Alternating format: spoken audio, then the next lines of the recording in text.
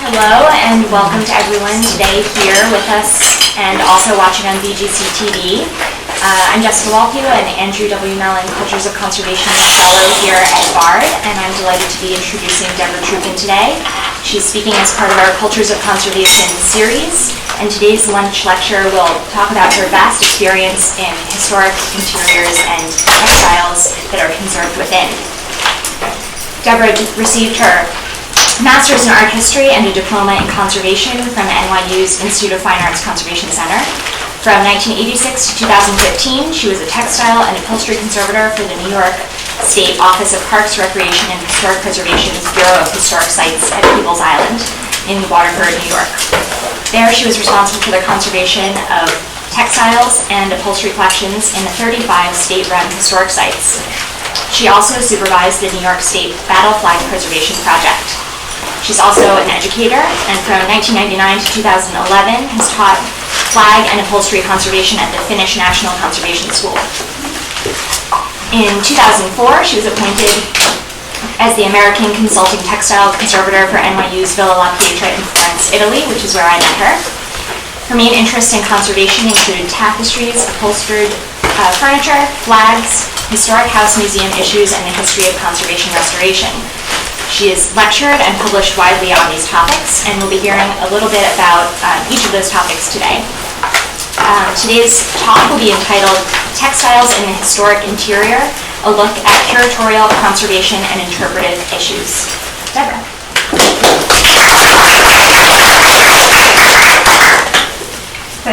Thank you everybody for coming. We're locked in, so I guess you're a captive audience. I apologize. So I first wrote about the use of textiles in historic house museums nearly 20 years ago when I wrote about it broadly for the first North American Textile Conservation Conference. And since then I've continued to work with and in historic house museums and to write and speak, as Jess was saying, about their textiles and upholstered furniture, and to debate the subject of how these things should be presented and conserved with friends and colleagues. I'm still not bored by the topic, and despite the fact that we're locked in, I hope I can make it interesting for you as well. Before I start the body of the talk, I want to acknowledge some of my mentors, colleagues, and friends who've helped my thinking and work, and who've collaborated on some of the work that I'll be presenting today. Elizabeth or Betsy Lahikainen and Nancy Britton, who are upholstery conservation mentors. David Bain, Heidi Miksch, and Michelle Phillips, Peoples Island conservators. Robin Campbell and Amanda Massey, Peoples Island curators. Melody Moore, former director of Stottsburg State Historic Site. Karen Zukowski, Evelyn Trabilcock, and Valerie Ballant, present and past curators for Olana State Historic Site. Eric Jackson Forsberg, formerly with Darren Martin House in Buffalo. Francesca Baldry and all my other colleagues at Villa La Pietra in Florence, and Margaret Ponsonby of the University of Wolverhampton. When I wrote about this lecture, I wrote the abstract, I said I would discuss the use of textiles in historic interiors, which I will do, and I listed a number of questions that I thought I would explore.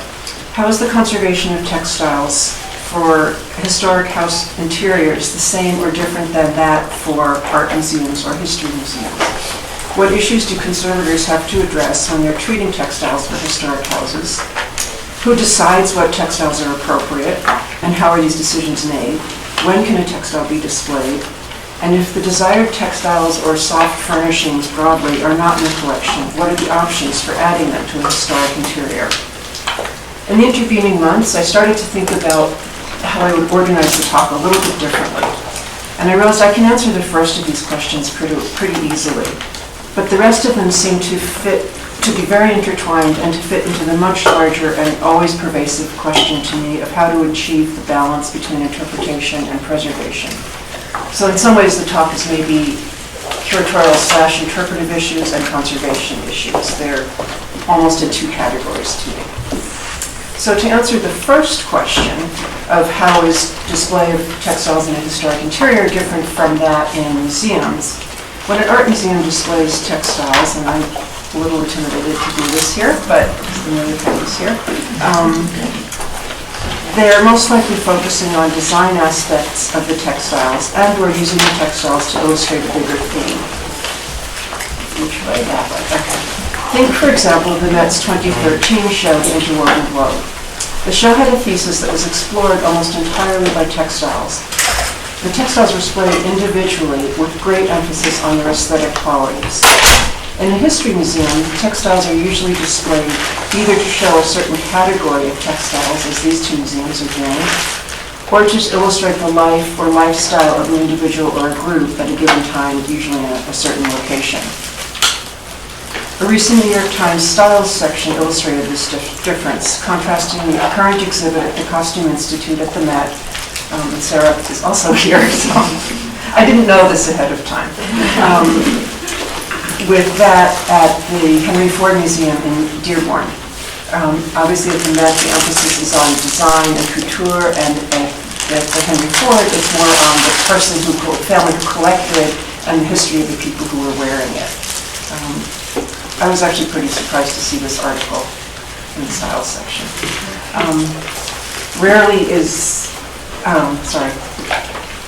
So a very short answer to the difference between displaying textiles in historic interiors and in museums would be that in historic interiors, textiles are part of an ensemble. They play a role, large or small, in the presentation of a room. And there's rarely a spotlight on an individual textile and its story. And actually, I think for this group, I probably don't have to stop and talk about the importance of textiles for interiors and their great value, especially in the 17th, 18th, into the 19th century pre-industrial, but I realized I couldn't just not say it either, so I'm trusting that you know it, but making sure of that little piece, because they were incredibly important. I don't mean they're just like being props throughout history. But within the role of textiles being an element of a room, there can be a lot of variation in how textiles are presented. So in the rest of this talk, I will use some case studies, most of which come from my work with New York State, but I'll also throw in Villa La Pietra to illustrate some of these variations. And I have to give another acknowledgement here to Margaret Ponsonby and her most recent book, Faded and Threadbare, Historic Textiles and Their Role in Houses Open to the Public. Publication data is there. If you're interested in this subject, I really encourage you to read the book. I thought, oh, I could just get up here and read it, but that wouldn't really, it would take longer than an hour. She and I have spent many hours discussing this issue, and she's expressed the options for display very clearly. She divides how historic houses use and display textiles into two broad groups, restored and preserved. And she's observed that most of the houses in the U.S. choose to show their rooms as restored, while those in the UK, as shown here, this is Hardwick Hall, with lots of tapestries and other textiles. They tend to show, in England, they tend to show their textiles conserved as is rather than replaced with new fabrics. Margaret explores the reasons for this and the history of this, and they're multiple. She points out that the sort of cliche story as well, the families ran out of money, so they just made do. But she found a couple of really interesting case studies of families who had plenty of money, but for whatever reason were highlighting their ancestors and their ancestors' collections. So it's not just about lack of funds. But what there is in England that we don't have here as much is a long histories of ownership within families, with families over generations making changes, keeping some of what was there before, adding new, partly because our built history is not nearly as long as England's, partly because I think we have much more of a culture of build it new, take it down and build it new. Very few of our houses have a real layering, and especially in textiles, especially when you throw in how vulnerable textiles are over time. So I think it's that vulnerability that leads to them in America tending to be replaced. But just for another English example, one of the most extreme, this is Brodsworth Hall in Yorkshire. This is a picture before the house was conserved. It was a house that it went down over time while the family still lived in it. But English Heritage made the decision to conserve it as left, to conserve the sort of spooky feel. So I was there shortly after it had reopened, and this this wallpaper that's peeling off the wall had actually been conserved to peel off the wall. We're the most extreme example. But this room, presented after conservation, you would say, they did not choose to do much more than stabilize the settee. It's in the lower right of the bigger picture. American museums also tend to really want to tell a story. They're using their houses, I don't want to make it sound too light and say like a stage or like props, but the emphasis is definitely, in my experience, on education and on showing people how life was lived at a given time, or even more specifically, how so-and-so lived at this day and this time in this house. So 2 examples. Washington's headquarters is one site I had worked with. Outside museum I found by chance. These also show that costumed interpretation is often a part of historic house interpretation. Maybe not often, but can be with some regularity a part of historic house interpretation. Tangential to this talk, but I'll just say if you should ever find yourselves working for a place like that, and people want to do costumed interpretation, do everything within your power to make it as accurate as possible, from the source of the fabric to the construction, because otherwise it's a nightmare. So, and I can say that the People's Island had a really wonderful historic reproduction dress program, which we were trained to call rather than costume, because their point was they were being accurate. So they would have made the costumes, the outfits, seen in the Washington's headquarters slide. Scenarios are also quite popular, where the idea is that people have just left the room and you're sort of a spy. You've snuck in and you're getting an insight. This is Senate House State Historic Site. The gentlemen have just left from their game or something. And then one house that I have worked with, also in New York State, this is Grant's Cottage State Historic Site in Wilton, just north of Saratoga. It's a cottage Grant borrowed from his friend. He was already very ill. He was writing his memoirs. He needed to earn money for the family, and he spent, I think, 6 weeks there and died there, and it was a big tragedy for the country. So his body was taken down to New York for the funeral and burial and so on, and the house was left as is. So this is the kind of house that can be called a shrine house. This is a 1907 postcard that I just found online. People who now go to the house, that the people showing the house say, it's left just like Grant left it. So, can I go backwards? Yes and no, right? Later, as I worked, we learned, well, actually those curtains, they were made by the caretaker Suki, in the 1950s, because the others were too tattered. So it's, especially with textiles, it's not possible to freeze them in time and not have them change. And at a certain point, changes do slip in. Although the bed cover that's there, one of my first projects at People's Island was to wet clean it. And it's got stains on it from these lovely, not these, but some floral arrangements. Apparently people sent floral tributes to the house, and then everybody left and there was a floral wreath left on the bed. So you can be sure I did not try to get the stains from that wreath out from the bed. But interestingly, the stories change over time too, because the postcard says this is the room where General Grant died. But now the interpretation is that he was too sick, because he had, I believe, lung cancer. He was too sick to lie down in bed, and so he actually would sit in between these 2 chairs, and he died there. I wasn't there, so I can't tell you, but it's not just the physical changes, the stories, I'm sure most of you know this, also change. So that's the sort of one example of a sort of shrine house. Place I did work with a lot is Staatsburg State Historic Site. It was formerly called Mills Mansion, after the couple who lived there, Ogden and Ruth Livingston Mills. There they are in 1910. The house is a 1895 built house by Stanford White, so obviously Beaux-Arts style. It's right near Rhinebeck. The Millses used this for their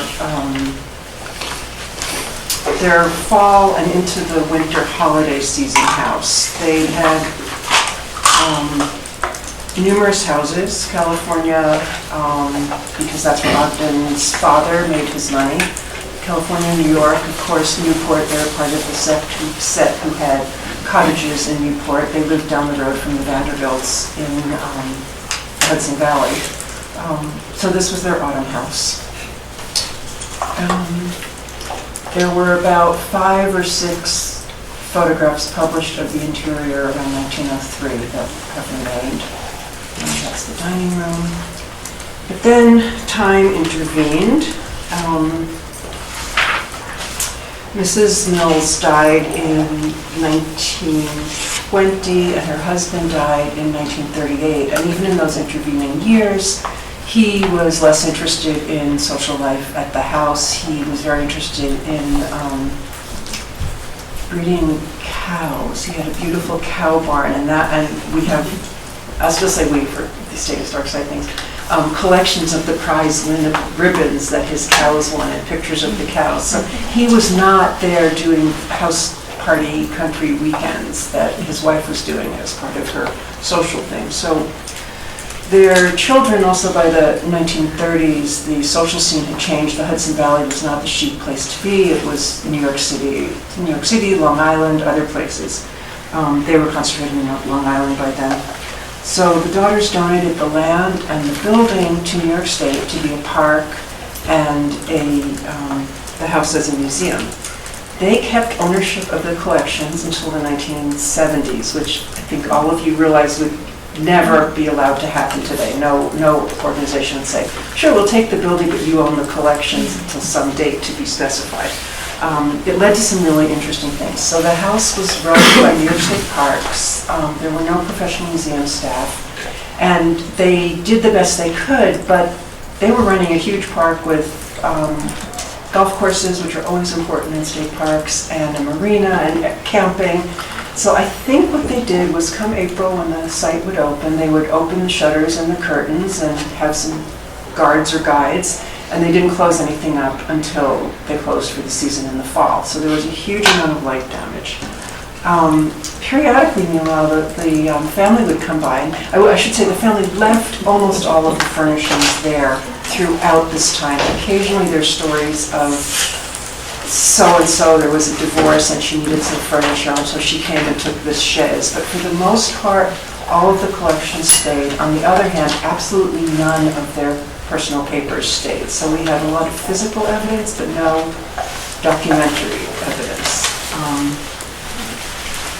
So periodically the family would come visit and they'd see things, and the house had a lot of problems going, including a coal furnace that created puffbacks and everything had a film of soot on it. And they'd say, well, if you don't fix this up, we'll never give you the collection. So hurried efforts would be made, and it led to things like interiors being painted, the nice French lead-containing white glossy paint with modern latex house paints over the interiors and over the furniture, and some really terrific pink slip covers that were probably made in the 50s, you know. But finally, they did decide to donate the collections despite that. And New York State struggled with this house in through the 70s and into the mid-80s. It was sort of a white elephant. It was huge. New York State Parks never has enough money to do everything they want to do for the historic sites. So there was actually an exploration of doing this as an adaptive reuse, as a sort of conference center. And this was just before I started working there. The staff had gone through and looked at what that would cost and what would happen. And finally it was decided that would not be a viable option either. So at that point, sorry, a few more images, just where things had gotten to the guest room about 1980. My favorite argument for why you do have to replace textiles, because people would see this and say, oh, they must have had cats. And then everyone is not thinking about the Millses and the story that the site wants to be telling, but about their cats or their sister's cats, and it's just a huge distraction. And or they're thinking, well, they're not taking care of things here. This is terrible. So it's really counterproductive, I think. So in the mid-1980s, all of the collections were there, so I'm distracting myself with stories. Melody Moore became site manager, and she is a force of nature, a great friend and colleague. she decided, okay, we've decided this will be a state historic site, run as a site, we've got to fix this place up. And she started arguing that the house should be shown as it was during its most active period, which was during Mrs. Mills's lifetime, so 1895 to 1920. One of the first things she recognized was that the textiles were one of the most challenging aspects of the interior. The biggest challenge was the building shell itself, the building envelope, which I'm not going to be talking about today, but you can just imagine a building of that size, what the damages that had occurred. So early on, we set up a 2-day symposium to look at all the textiles, or most of the textiles in the house. We had other historic house directors come. We had a couple of fabric house representatives, our staff from buildings through furniture, textile collections, textile conservators. And we spent 2 days going through, looking at the textiles, sort of what are these textiles, what does this textile mean in this room, what are the options for dealing with them. And from the suggestions of that, we did confirm Melody's feeling that we would try to restore the house to its appearance in Mrs. Mills's lifetime. We were also very naive about this because this occurred in, I think, 1988. And we were hopeful that with lots of work and lots of fundraising, the house would be restored by its centennial in 1995. So by 1995, we'd very proudly done about 3 rooms. These things just take time, and they should take time. So Mr. Mills's bedroom was the first room we did, partly because one of the representatives from Pearl came through and said, oh, I recognize that fabric and I can weave it for you. And the site had a small bit of money from the family at that point. So the amount of money fit the amount of fabric needed, and we also thought, actually this would be a good room because it's not interpretively one of the most important rooms at the house, so it was a good sort of test case for us. Even though I have to say a small room at Mills is, it's this size is a small room basically. It's a huge, huge house. So for this room, we had the fabric made in France. We actually sent them one of the drapery panels to use as a model. They sent it back. And then we did upholstery conservation work and recovered the chair and the chaise. We made reproduction curtains, reproduction bed cover, most of the deck art, some of the framed prints were conserved, and then the rug, which just looks like plain pink here, it does have a pattern on the border. We conserved that, we wet cleaned it at Peebles Island, which was a nightmare, and did not make the room as successful as I would have liked. Because of the coal soot, which was not possible to wash all the way out, the rug had a little more of a purplish hue than the fabrics did, and it's better now that it's, coming on, I don't know, some number of years old, 20 years. The new fabric has toned down a bit, so it's not as jarring, but when it first went in, it was a little bit not great. Plus, the wet cleaning was so torturous. I did one more rug, and I said, no, that's another project, and I'm not doing more full wet cleaning of rugs like that. So we moved into, we were able to do 2 more rooms. Gradually, as the family saw that the house was improving and becoming more active and more well cared for, and Melody was also very good at maintaining contact with them, keeping them in touch with what was going on. They started giving more money. A friends group formed that was also raising money for the restoration of the site. And I do want to point out that all of the fabrics, the decorative fabrics that we put in, were not paid for with state funds because we really couldn't justify that level of expense with all of the other needs from the state. So funds were raised for all of the fabrics themselves, but the work was done as part of my state job. So by about 1997, we were ready to tackle Mrs. Mills's room, which actually is, even though it's a bedroom, it's one of the most important rooms in the house because it's her room, it's her statement, and it was really her house. You can see what a challenge it presented. The fabric on the walls is a large-scale damask. One of the things I learned during this project is that the mechanical looms at that time were at a peak, and they were doing things that are no longer done. So this is a fabric woven, wide width fabric with one repeat across it, which was not being done anymore. And we looked and looked, we really thought we were playing Stump the Chance, and we could have done it as a sort of half drop repeat, but on the walls that would have been twice as many seams, which seems like a subtle difference, and we were just about ready to compromise, and Skull and Andre said, oh, we have a new loom that we can do this on. This is sort of in the waning days of Skull and Andre doing weaving, but they did something like 200 meters for us. So then we did the entire room. I'm just going to flip through. I'm not going to get into who did what, but you can see it was a top-to-toe treatment involving many people, many disciplines. I'll just say we did save this central panel of the wall fabric that's in storage at People's Island. The room was done. I worked with a professional, we contracted with him, professional wall upholsterer out of Boston to do the hanging of the wall fabrics. The chairs, I was talking about the paint problem. So these chairs had all been painted over. David Bain is our furniture conservator all the way on the right.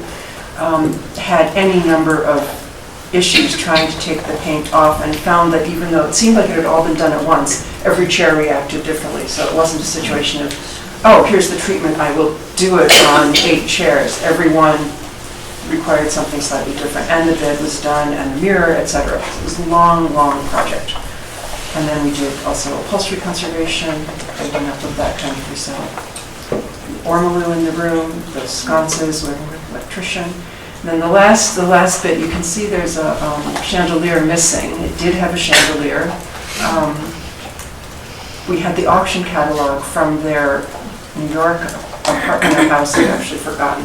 And one thing we had known by now by looking at pictures from all of their houses is they didn't change depending on the location. They were using this sort of Beaux-Arts style that showed their status at that time in all of their houses. So in the end, our Dec Arts conservator, Heidi Miksch, worked magic with this picture and a chandelier manufacturer to recreate a chandelier that is in the room. So there it is afterwards. It's a horrible room to photograph because of all the pink fabric. So we're quite sure the color is accurate. The color in the photograph, in any photograph I've seen, is not. So you'll have to go visit it. I think I'll talk about one other room from there quickly. Just, again, going to a restoration for her time period. But in this case, it was more the walls, not the fabrics, were the most important. The white and gold, and again, there had been overpaint, and we weren't sure how much had originally been white. Was it different shades of white? How gold was the gold? Was there gilding that had been gilded over? This is, of course, a portrait of her, which would not have hung in the house when she lived there. That also came up from New York, but it serves as an interpretive tool for them to talk more about her. So studies to look at what color was what, where, and then working with foreground conservation and decorative painting out of Hudson, had the contract to do the wall painting. They were great. They had us come in and look at tests to, is it better this way or this way? Hello. There.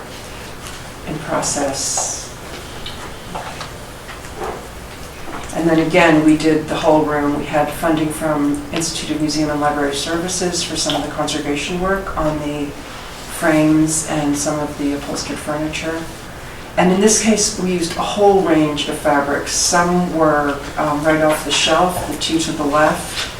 The one in the center is a custom rewoven one because it was used on more than just one piece. And the one all the way on the right is actually a digital print because we couldn't find anything on the market that had anything close to the flow in the pattern and the use of metallics.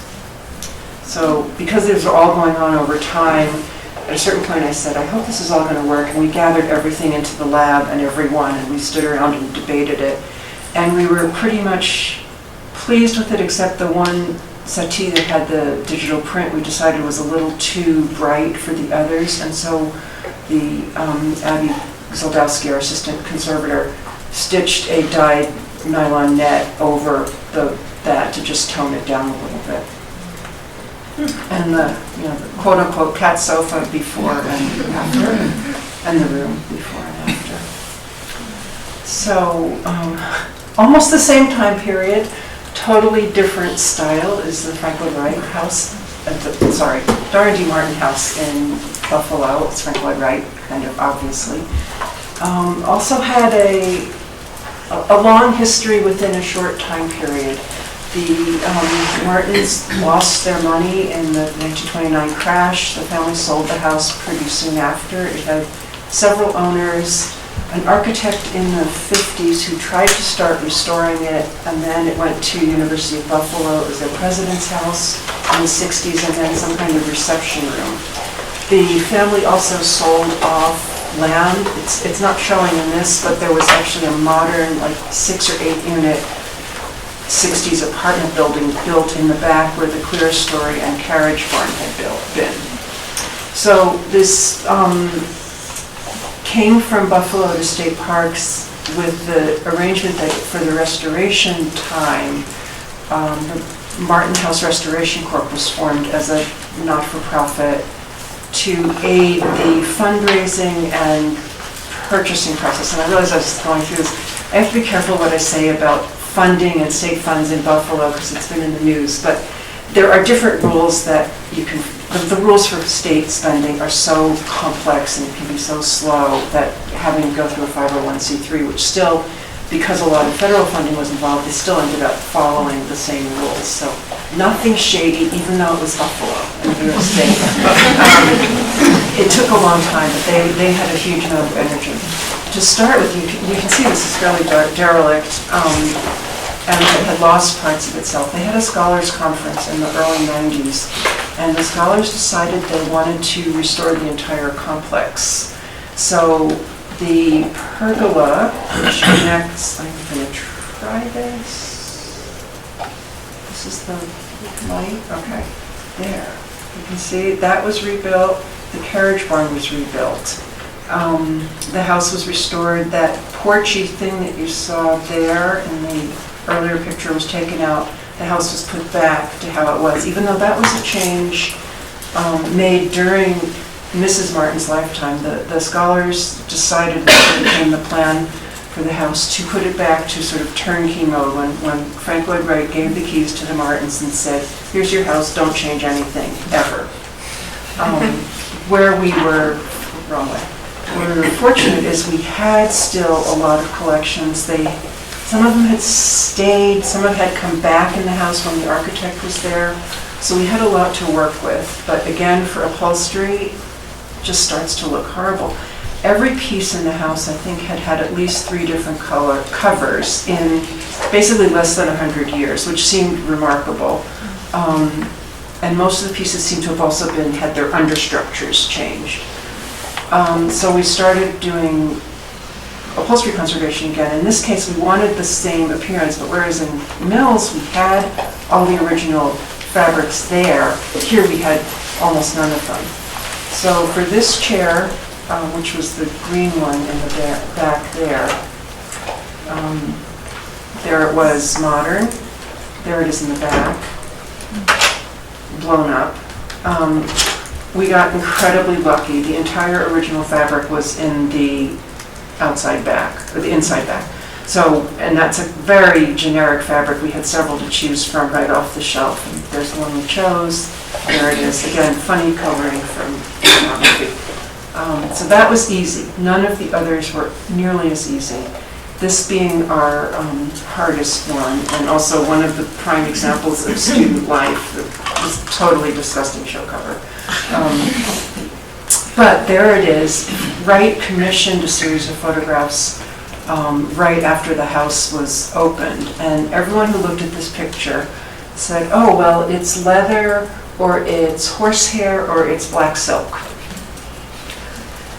And, you know, it's shiny and it's dark, certainly. So we went looking for those things and just digging around looking. This is pretty typical if you're desperate and you're trying to find a first cover. You're putting a direct light into a hole from a tack to see if you can excavate some fiber. And he just came up with all this weird stuff. I tried the curator arranged that I could go see a bench that was in private hands and also some chairs from their dining room chairs. Everything said the same story. This is not the original cover. There was an earlier cover and there's no evidence of it other than tack holes. So finally, I could tell it was plain from all the photographs. There were no patterns, there were no designs. So I also went looking, well, what did actually a fabric from that, plain fabric from that time, what did it look like? They're not saved too much. I found these in Philadelphia at what used to be Philadelphia College of Textiles and Science. I think they're now Philadelphia University. They're nothing really like our fabrics, but they're at least plain fabrics. And the other good clue was, again, from Scalamandre. They had redone the fabric for the Meyer May house, which is a similar time period Frank Lloyd Wright house in Michigan. And it was a mustard yellow colored wool satin weave. So then we went back. Because of the way they worked out the restoration for the whole complex, we started on collections, and then they were like, well, actually, we're going to go and build a visitor center and get the building, the pergola rebuilt, so there was no hurry on the collections. We had plenty of other work. Finally, we were down to the time when, okay, we were actually going to open the interior in, 2010, 2011. Let's get going. So I had Gretchen Gaitis, who was then a student at Winterthur who loves upholstery. Her license plate says chairs. She came and she worked with me for a couple of weeks. We went back over all of the evidence that we had pulled out. That's actually the key one.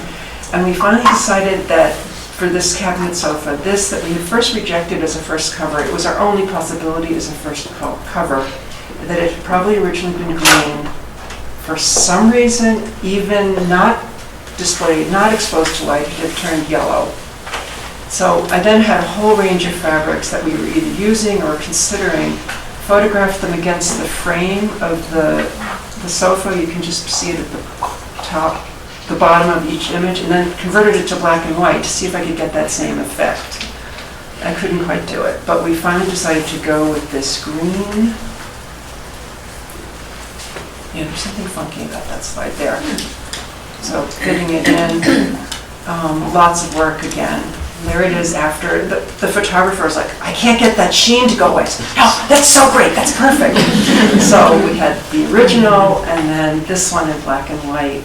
We'll never be able to say this is what the original fabric was, but I think we got close with the appearance. So, okay, I'm just going on and on here, but one more example, jumping completely. And also jumping approaches, because they love Pietra. I feel like you should jump in here because I get the facts and figures wrong. It's just about a mile outside of the northern old city walls of Florence. You can see the Duomo from the grounds. It's a Renaissance villa. It's been modified in the 17th and 19th centuries, and then was purchased by an Anglo-American family, Sir Harold Acton and his wife, Hortense Mitchell Acton. Hortense was a nurse in Chicago. They lived there first with their two children, Harold and William. William died young in the Second World War. And then Harold lived there. He came back, I think after his father's death, and lived there until his death. He to take care of his mother. He died at age 90 and donated the house and all of the property around it to New York University. So it's their campus in Florence. There's 5 different villas on the property. 2 or 3 of them are used by the students. One is a conference center, and then the main villa is basically becoming the house museum. As he lived in the house, as is typical of people as they get older, there was less upkeep. Just things started to be somewhat degraded. And in this case, it also was the building. building had actually serious electrical issues. I think there definitely were roof leaks. I don't know about plumbing issues, but the NYU decided they had to actually empty the building to address electrical. They put in an HVAC system, so the building had become a shell. So everything was packed, labeled. Fantastic book documenting where everything was before. There are photos taken at the time it came into NYU's ownership, and then everything documented where it was, which is still kind of our Bible for working on things. And then one major project had to be addressed before there was really what we would call in America a furnishing plan, a restoration plan, which was the red wall coverings. These are different damasks pieced and patched together, which was kind of part of what we call the Acton aesthetic. They did acquire old things and used them mixed in together. So again, they had become very, very worn. They had to come down to permit access to the interiors of the walls for HVAC and electrical work. So coming down, everything was documented. These were all kept. But you can see the condition was such. This was happening before I was involved, but the conservators involved agreed it was not possible to actually conserve these and put them back up. They were too weak for that because they're under some amount of tension, being wall coverings. And so in the discussions at the time, this was under a time pressure to get the house back open. And at the time, the discussions were being led by people who were mostly focused on paintings and sculpture, the higher arts, not the decorative arts. So they decided to use a neutral red fabric, which already to me is, neutral is not red, red is not neutral. What they meant was a non-patterned. They wouldn't try to replicate one damask when there are many damasks. They certainly weren't going to try to replicate all of them and its complex patchwork, which can be done. It was done in Boston at the Garden Museum. At least one room they had, I think, 6 different blue fabrics replicated. So this never shows up. What they did find when they took the fabrics down, there's sgraffito in here. And someone at one point intended to do some wall painting. There's just the bases of columns that can be seen. So, but they did decide to put the new walls up on an aluminum framework, so they are removable, and if someone wants to see this drawing underneath, they could. So here are some of the rooms with the new red fabrics. It's pretty drastic, and I will say I was pretty rude. I tried to be diplomatic, but I got right into this discussion the first time I set foot in that hallway. I was like, but it's not, you could have, so. I'm going to steal a little from, this is Francesca Baldry, who's the collections manager and really serves as the curator of the house. And she's Italian, passionate also about house museums. So she's talked a lot with the students about changing from the family home to a house museum. And her points are that it's to appreciate their legacy is to recognize how the atmosphere is made by the ensemble of the collections, the way they put things together. There was a lot of wit. In some rooms you can go, oh, birdcage, bird, and your eye takes you from one to the other. It's really not set up as a, look, this is our most important painting, and here is our most important sculpture. It's everything together. So I'm just, yeah, it's quite overwhelming when you first go in there. But it was becoming a house museum, so some things got introduced, such as a room for storage of things that could not be on display, whether because those rooms were being used as offices or things that were too fragile, or costumes which were not out. And then, of course, some stanchions show up occasionally. Quickly, so I'll sort of back up. We'll go there. In 2008, we had all of the conservators, the American partners and the Italian partners, and the villa staff met to try to come to an agreement on, well, what is our conservation philosophy? We'd been trying not to make too many changes, to keep it to the act-ins, but what did this really mean and how far would we take things? We finally agreed that what we meant was the more active time of the house, not the end of Sir Harold's life when he was dwindling and things weren't being as well taken care of. So make things look, hopefully try to preserve them to looking still old, but not shabby and not cared for. So it's really trying to remove maybe the last 30 or 40 years of dirt. In the case of decorative art, harder decorative art objects, it's a little easier than for textiles. But we've done some interesting things for textiles. This is a portiera Medici Austria wedding portiera. It's been displayed, it was displayed there backwards. Here's its proper orientation. It turns out, so it was backwards by the act-ins, so we had a big debate when the time came to treat it. Do we re-reverse it or not? Two things made it easy. One was our commitment to no, the act-ins had it backwards, we'll show it backwards. The other part was that the original front had horrible gray soiling that just did not clean up. So any desire we had to undo the act-in thing was compensated by that. So we did, though, decide to make a digital print of the original, the inventory numbers on the original lining, because these may tell a story that can be useful to someone. And there it is, put back.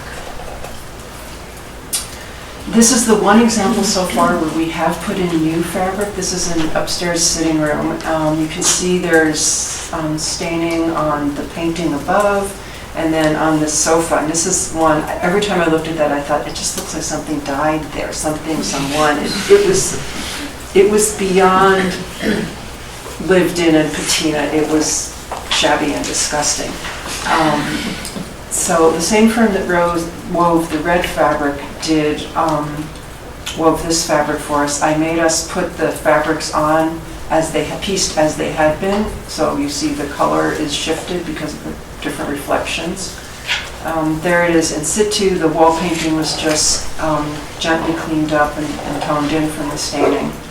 So I think it works pretty well. We did this right at the time we had the meeting of the to decide on the conservation, and so we all went up there and we were like, we hope they're okay with this. But I feel like, again, it's worked in well. It doesn't jump out. This is a set of furniture I initially thought might need new fabric because it's so shattered. There it is. I think this is probably a photo taken just at the time it was turning over to NYU. And you can see the fabrics in there are also already shattered. But thanks to Claudia Bayer, who's one of the Italian conservators who works on the project, and her absolutely amazing hand skills, they've been conserved. And there they are, as they are right now. So that's almost the end. Oh no, sorry. How could I forget this one? So here we are, conserving, not making it a house museum, trying to keep it with the Acton aesthetic in it, but also trying to take care of collections. And as we take care of them, and this is a project Jess worked on, so I guess this is why I'm here. And sorry, the thank you I forgot to say in the beginning was for inviting me. I got sidetracked. This is a project Jess worked on 2-3 years ago. Kingfisher hair ornaments from China. So these would be things that Sir Harold brought in. It started out, well, we're just going to do a sort of stabilize and make a nice storage study mount for them, which turned into this beautifully executed box with everything placed in it and a plexi protector. And suddenly, there's a display in the sitting room. This is the room that actually has the green sofa in it. Or last year, a display of Hortense and her traveling. There were textiles put out, her Louis Vuitton trunks were opened, she's posed on a mannequin there. And I think it's actually fine. I mean, people want to see things that are hidden away. You can't go opening drawers for every visitor who comes in. And a house can't be completely static. I think a house museum that becomes as static, even though you don't have to make it new, but you have to keep changing things to some extent, even so that the people showing the house are still interested.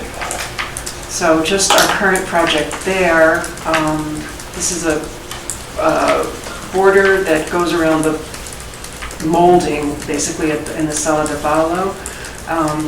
Do we conserve this and put it up where it's very, very inaccessible and would be subject to dust? Not too much light, but a lot of dust. It's already very fragile silk. You can hear where I'm going with this. Do we make a digital reproduction of it? It's really quite a possibility. We don't know. So this past spring, we took the whole thing out, laid it in the room, and had a debate as to what we will do. And that next time I go back, we're continuing that discussion. So I did somewhere have concluding things to say. I don't know. I might just say, if you're going to get into doing this, think about what you're doing. Think about what you want to say and why, and articulate it clearly. Document it. Write it all down.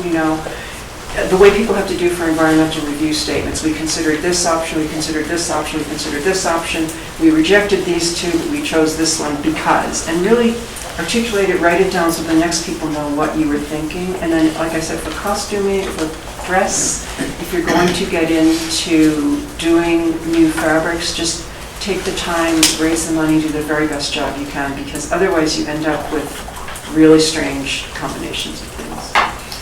So.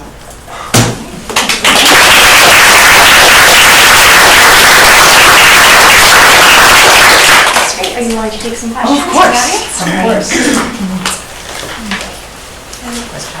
On the Medici tapestry, you said that the Austrian and Florentine coat of arms was reversed. I mean, it was cut out and... No, I'm sorry, the whole thing was reversed, and the reason they knew it, I didn't know this, but I meant to look this up, I'm sorry. Apparently when it's a marriage, the man is on one side, the woman is on the other. Whichever side it is, when you look at that, and let's say this is correct, now you're seeing this. So he's on the wrong side and she's on the wrong side. Because they flipped the whole thing. Right, they flipped the whole thing. They tacked it on the wall, flipped. Yeah. Presumably because the first side was much more The first lively. side was so soiled. So, yeah. It involves things that should not be done in textile conservation, and most textile conservators these days would not do, because you have to clip all the little ends that get carried over and cut them and poke them to the others, So then, what was your treatment? What did you do? We did wet clean it because it was dirty in the post-Acton dirt, certainly. But then we've given everything their full linings because they're on long-term display. And so lined it, put a dust cover on it, and hung it back up. Still reversed. As the Actons hung it is probably the easiest way to say it. Howard Zahn, the executive director at Lyndhurst, Oh my and we goodness. have a wealth of things. One of the things we've been grappling with a little bit is we have a suite of parlor suite of Hooker Brothers furniture that Jay Gould had from his first house in New York, late 1860s. It comes up to Lyndhurst in the 1880s when they moved the city furniture to the country. Right. We have hand-colored photographs of what the upholstery looks like at that time. In 1913, Helen Gould, when she gets married, redoes the parlor, reupholsters, and then when her younger sister, the Duchess of Talleyrand, has stuff in the house, she reupholsters. And then when the National Trust opens it as a museum in the 60s, they get a Scalamandre sort of chinoiserie red fabric that's pretty to cover over the plain red fabric that was there.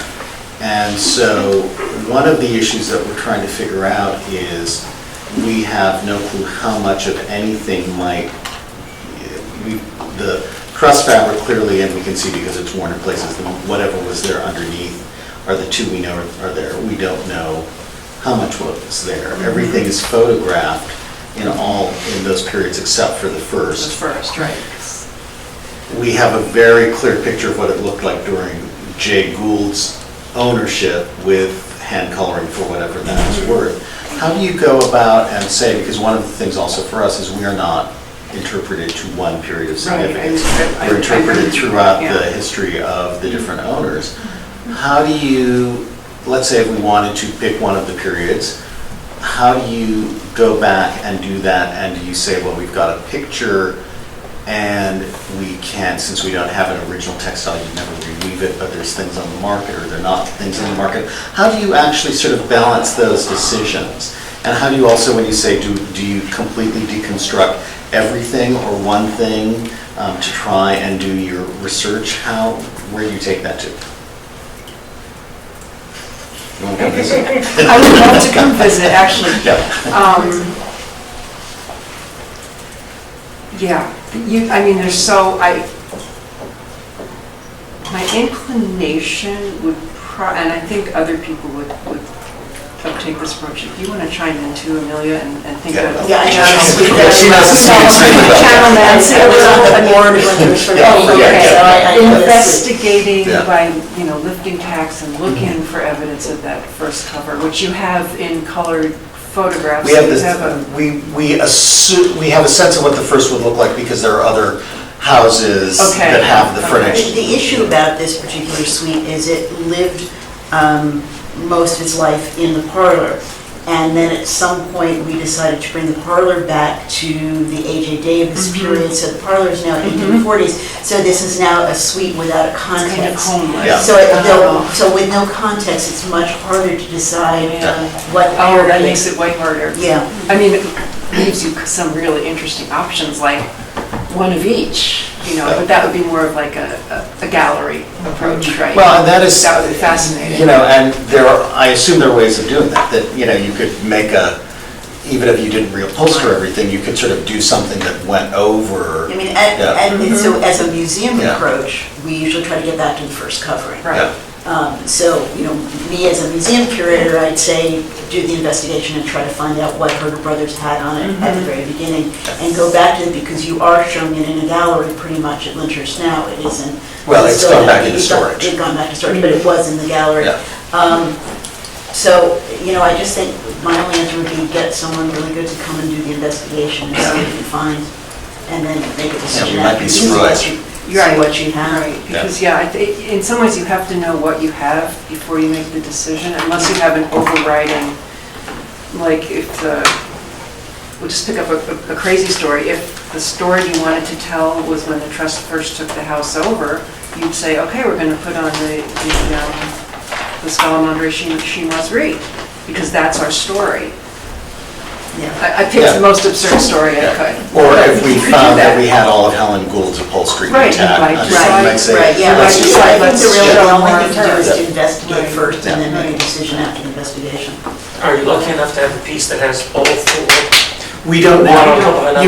You can see what the trust put on and what was underneath it because it's Yeah. worn. But there's all, in Yeah. all likelihood, I mean, just having worked on a lot of furniture at the Met, it's in all likelihood, there's something there. At Yeah. the very, under, piece in of a something. little, Right. Nancy Britton, who we work Yeah. with, is amazing She at is finding really, yeah. some Stuff. tiny little thread of something that's gonna tell you. So She has so really. she's really, so she, call Yeah. Nancy and see if she'd come and do an Yeah. investigation. No, because that's been something we've been trying, as we've been examining our textiles, we just also did, and Sarah was very helpful, has been very helpful guiding us. We had an attic full of dresses from Helen Gould and Anna Gould, which I think we just always looked at as, the girls' old clothes. So they're not the rich men, we don't really care about them. And as we started looking, no, but seriously, I think No, there it's is, so funny. I think there is a hierarchy in the way that people look at these house museums of who's important and whose story Yeah. needs to be told first and foremost. Well, I think Yeah. maybe I'm prejudiced Yeah. because at the villa, it's Hortense Mitchell's clothing, or one of the. And it's the huge thing that everybody wants to see, I'm sure.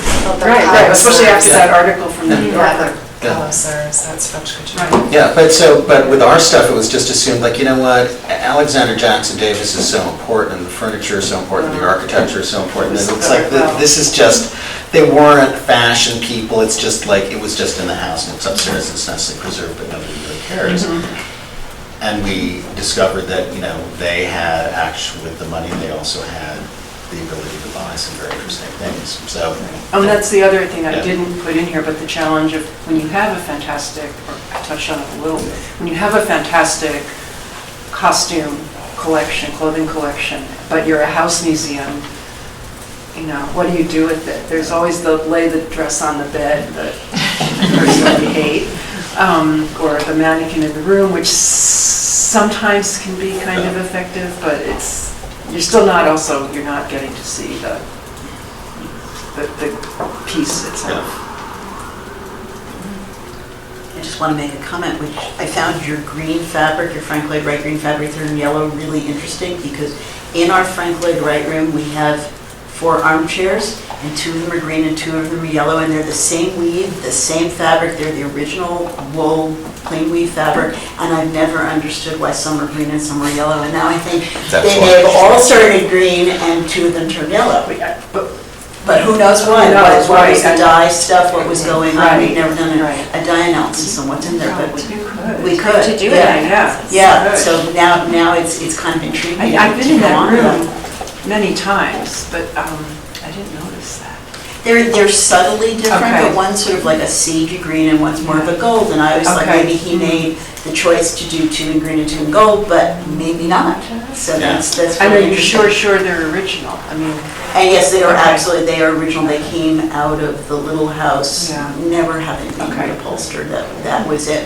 They're loose cushions and they were just, Okay, yeah. that's what was there. And don't we have some evidence of a very grand house in New York where fabric is ordered, it's 2 different dye lots, seamed together, put on the walls, and then the owners can happen. within 10 or 15 years ago, wait a minute, some of the panels are going one way, some are going the other. Yeah, no, I mean, I it wonder- certainly happens in embroidered textiles, Yeah. where you have definitely 2 different dye lots of the thread, and these that are supposed to be all clean for, one is green and one is yellow, whatever, so you can have. Alicia? I wanted to ask you, thanks for sharing all those projects with us, it was really neat. I wanted to ask you about your continued involvement in some of these projects, and you still working, it sounds like, on the project in Italy, but this work you did in the 90s, since it was through the state parks, are you still involved and consulted, and kind of a conservator's role never really ends in a lot of Well, ways, so. since I had the great fortune to be basically very friendly, if not actually friends with my colleagues there, and I haven't moved, and most of them are still there. We still talk about these projects, yeah.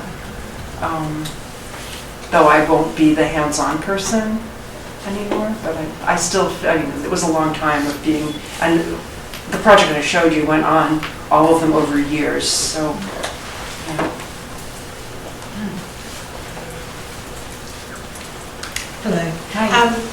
With the soft furnishings, do you find that you use techniques in a house which was being restored before the sewing machine, where you have to make everything by hand, because that was what...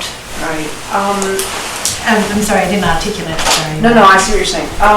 With the historic reproduction dress, they do everything by hand at the time period. I'm trying to think of any of the work I've done.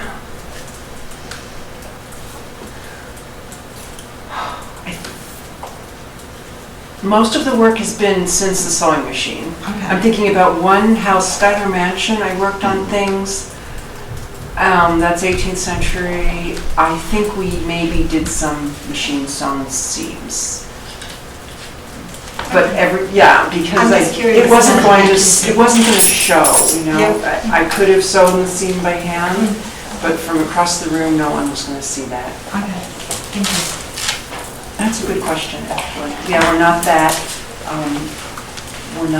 detailed with Okay. it. But I will say on the, just as on that green sofa where the fabrics were wonky, Yeah. on some of the curtains and bed covers at Staatsburg, they cut some corners too, whoever did the sewing there. And I had an amazing, incredible volunteer who did all of the stitching. She lived to do this, to make the reproduction drapes. And wherever they had, put in a patch this way, she's like, they did that wrong and I can do it better. I was like, no, Fran, we want you to make the same mistakes. So we did that, but we Okay. didn't necessarily hand sew Okay. where we might have. That's a good question. Hi, you started off talking about the difference between textiles in an art museum and then in a historic house. I was wondering if you could comment on the case of the period room in the museum and how that compares. I was thinking about that, and I was like, oh, what am I going to say about that? Since I haven't worked with any, my sense is many of the period rooms were not as textile rich, although I'm thinking then of Brooklyn where they are. We have a lot of You do? textiles in the American one. But I was just going to say that that working with Nancy Britton, we made a reproduction bed for our third floor heart room, which is a 1670 room, and we actually did all the stitching by hand. We didn't do it machine at all Yeah, that's because fantastic. we wanted to be a teaching document, so I bring this class in, bring classes in and show how the whole Right. bed works. It's totally accurate, and so we Yeah. wanted to make sure that everything looked right. So in a case where there's going to be real up-close viewing, Yep. I Yeah. would advocate for doing it as they did it in the 18th Right. century. If it's across the room, then I Right, think yeah, some I would shade is agree. fine. I think period rooms, I mean, just they're different in that they're phony to begin with. Most Yeah, of them, maybe that's- you've removed a room from a house, mostly in the 1900s, 1920s. In the American Wings case, a lot of them came in the 1920s. They were decorated in a certain way, and so and then another curator comes along 30 years ago and says, I don't like that decoration, I'm going to decorate it in the style that I think it should be, and I've been that curator too, I've redecorated it now. So they're much more subjective. You don't have a family's documents nearly as Right. much that say, and you don't have original, most things in period rooms didn't start in that room. In the American Wing, the things in the Frank Lloyd Wright room and the things in the Meriden room, that's 2 rooms out of 20 have actual things that really belong in the room. Every other room has just things that are like what Right. were there in it. Yeah. So it's never It's a this. hybrid. It's a hybrid. It's never sort of this great document that a house can be. It's more made up from the beginning. So the standards can be different, and the reasons for a period room can be a little different from a house museum as well.